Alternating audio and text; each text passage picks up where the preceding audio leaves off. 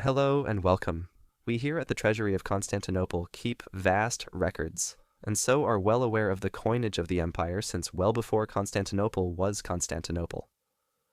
Some time ago, Joshua Jones, 9035, requested videos about Philip the Arab's secular games series, Gallienus's Zoo series, and Hadrian's travel series. Adelaide decided to give Gallienus's Zoo series a try, and took the liberty to expand the topic a little and talk more in general about Gallienus's coinage so we can see the context in which these coins came about. Joshua, I hope you like the video. And anyone who'd like to request a topic, feel free to do so in the comment section below. So let's get into it.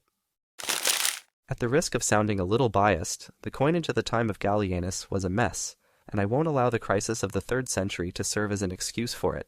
For starters, there was the gold aureus together with its big sister, the double aureus, then the silver denarius, and then probably the first coin that comes to mind when you think of Gallienus, the Antoninianus.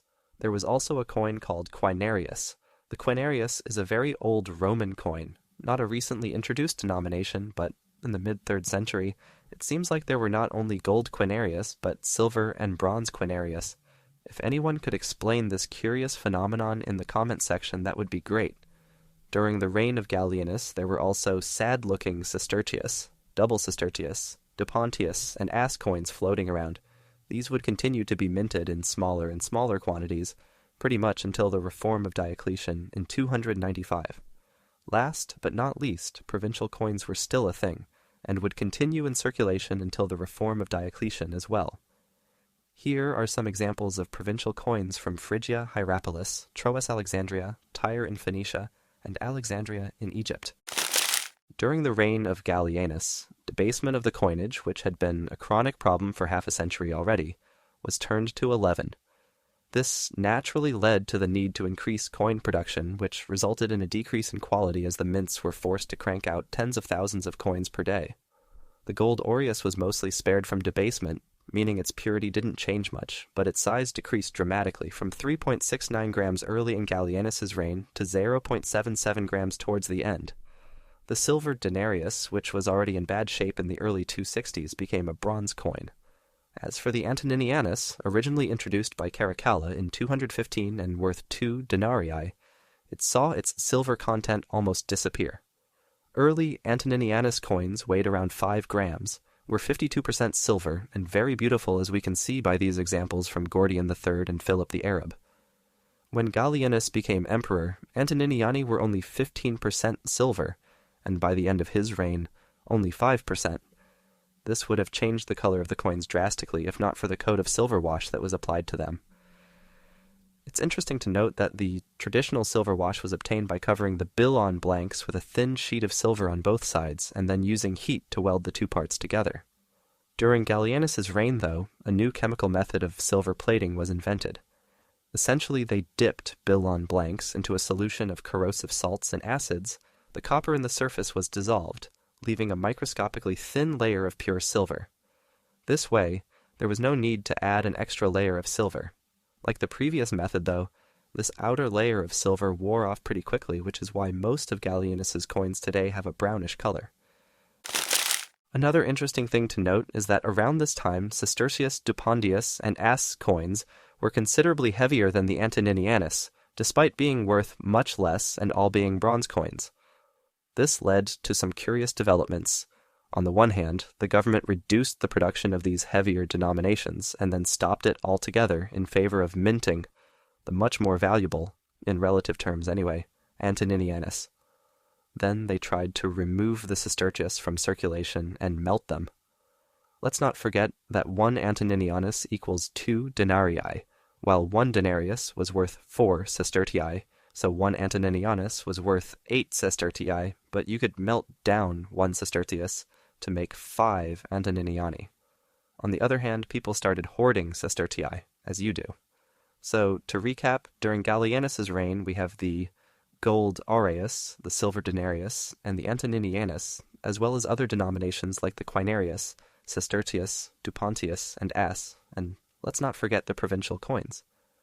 Overall, the quality of all of these coins went down over the 15 years that Gallienus was in power, with the aureus getting lighter, the denarius and antoninianus getting debased to the point of being just bronze coins, and sestertius and co. being taken out of circulation and melted down. Let's not put too much blame on Gallienus, though, as things had been going quite bad for a while before he arrived on the scene.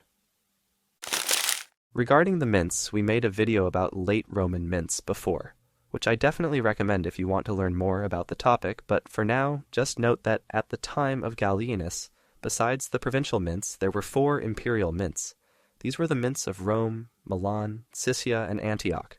On top of that, there was a kind of traveling mint that followed Gallienus and minted coins to pay the army whenever it was necessary.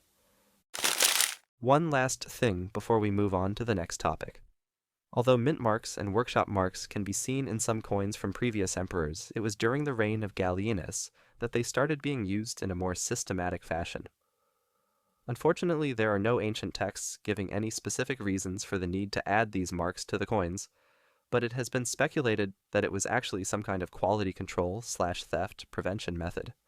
Mints, after all, worked with gold and silver, and shaving even the smallest bits of these metals over time could make a large sum. As the economic situation got worse, and desperate times called for desperate measures, it's very possible that this kind of theft became a bigger problem during the reign of Gallienus, prompting the introduction of workshop marks.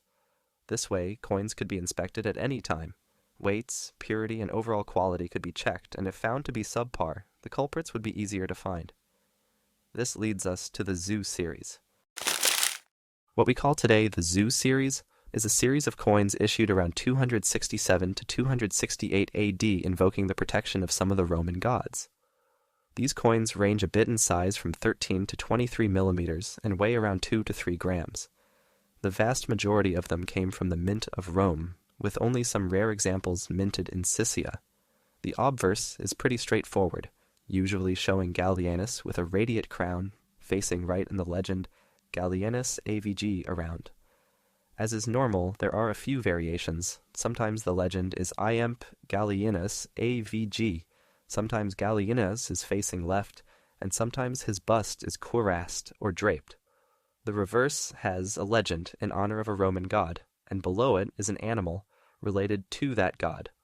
The gods featured in this series are Diana, Apollo, Sol, Jupiter, Liber Pater, Neptune, Mercury, and the demigod Hercules. This series also includes a type with Gallienus' wife Salonina on the obverse and the goddess Juno on the reverse. Let's look at a specific example. The reverse type, in honor of Neptune, comes with the legend Neptunocons AVG, which is short for Neptuno Conservatori Augusti, meaning to Neptune, preserver of the emperor. The reverse legends always have this same style, so just switch up Neptuno for Mercurio, Sol, Diana, etc., and you'll get the legend for those gods. Now, below the legend, as we mentioned before, comes an animal related to that god. In this case, if you cannot tell by the drawing, it's a Capricorn. However, this is actually a rare variety. Most of Neptune's coins come with a friend of the Capricorn, the hippocamp. There's also a third variety, so rare I really couldn't find a picture of it at all, so you'll have to use your imagination. It also features a hippocamp too, but to the left. A paper I read while preparing this video was called 9 Gods in a Zoo, and I feel like that's a very good way to describe these coins because there is in fact more than one animal for each of the gods. On top of that, there are varieties with them facing either the right or the left, and some of these can be extremely rare. Another interesting point is that hordes of these coins are still being found, and new, extremely rare varieties have been discovered in the recent past. We'll now go over each of the gods invoked in the series and see which animals they were paired with and why. Coins invoking Neptune, as we've seen, come with either a Capricorn or a hippocampus. Both of these mythological animals come from the sea. Neptune, or Poseidon in Greek mythology, was the god of the seas, so the connection is clear.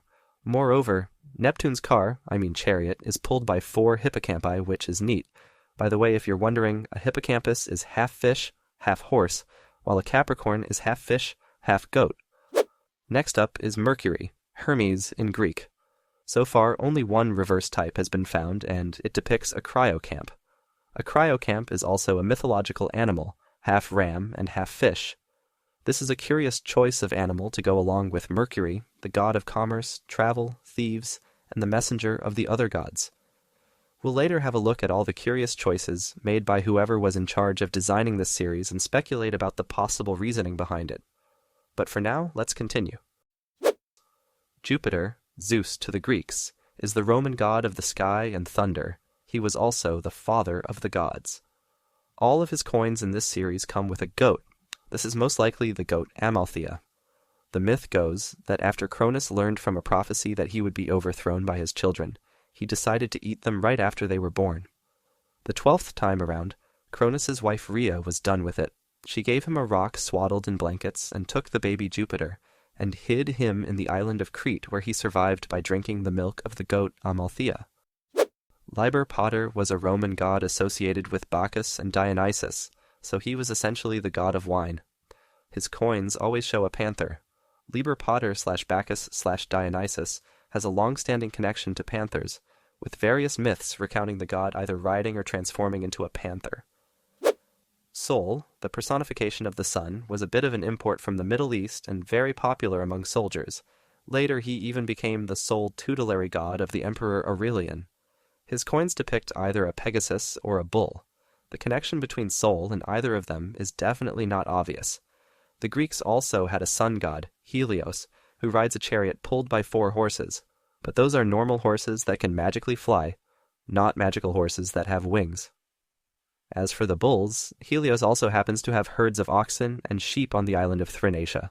Let's just put this one on the curious choice box and move to the next one. Apollo, who the Romans didn't feel the need to change the name from the original Greek, was the god of music, art, and prophecy. His coins show either a centaur or a griffin. Note there are variations of them either to the left or the right. The centaur depicted in the coins is probably Chiron. Renowned for his wisdom and knowledge, he was taught by Apollo and Artemis how to hunt, as well as medicine, music, and divination. As for the griffin, the connection between griffins and Apollo is well established. Apollo is frequently depicted in pottery riding a griffin, for example. Griffins are also the protectors of Apollo's temples. Diana, Artemis in Greek, is the twin sister of Apollo and the goddess of the hunt, protector of animals and wild places. Her reverse animals include different kinds of antelopes, like gazelles, stags, and does. Hercules, Heracles in Greek, is also invoked in this series. His coins show either a lion or a boar. Both of these animals feature in Hercules' famous 12 labors. In the first labor he had to kill the Nemean lion, while in the 4th labor he had to capture the Erymanthian boar alive. Last but not least, we have Juno, wife of Jupiter and queen of the gods. She often shows up on coins of empresses, and here too she is called upon to protect Gallienus' wife Salanina. Her coins show an elk, another curious choice. The curious choices of animals made by whoever was in charge is actually more curious than you might think at first.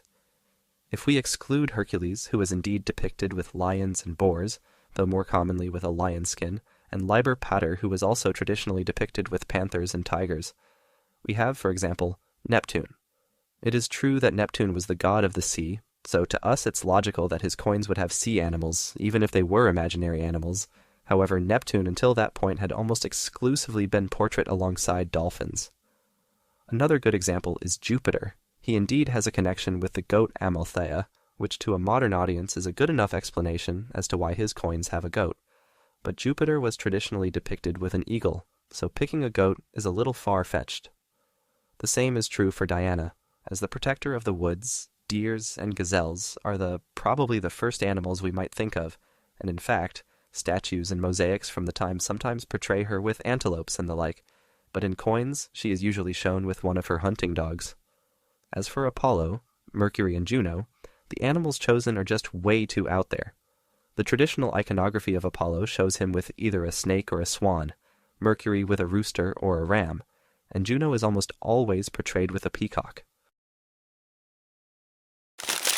This leads us to the next interesting point, which is the choice of the gods itself, as well as the percentage allocated to each of them in the series. Traditionally, Jupiter was considered to be the guardian deity, which is attested by the dozens and dozens of reverse types dedicated to him by emperors over the centuries, but in the Zoo series, only about 9% of the coins invoke Jupiter.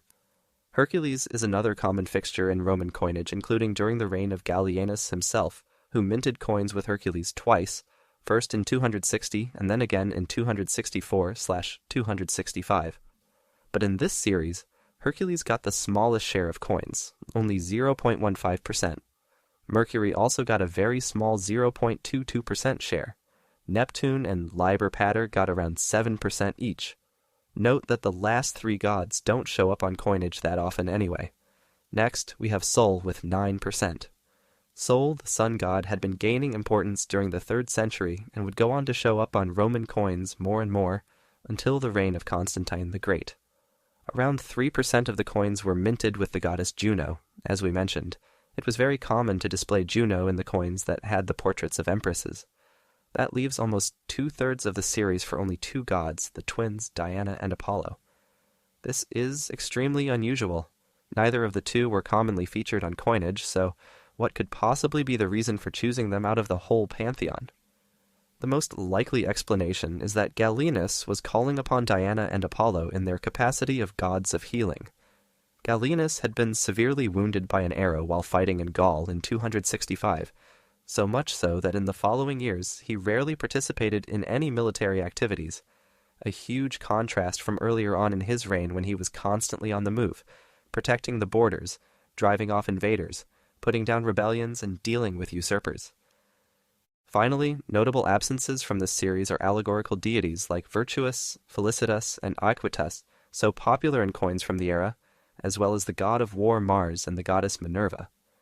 Note, too, that previous emperors usually invoked the protection of just one god on their coins, at least in one series of coins, so Gallienus making a series with 8 deities for himself, plus Juno for Salanina, is truly remarkable and completely unheard of.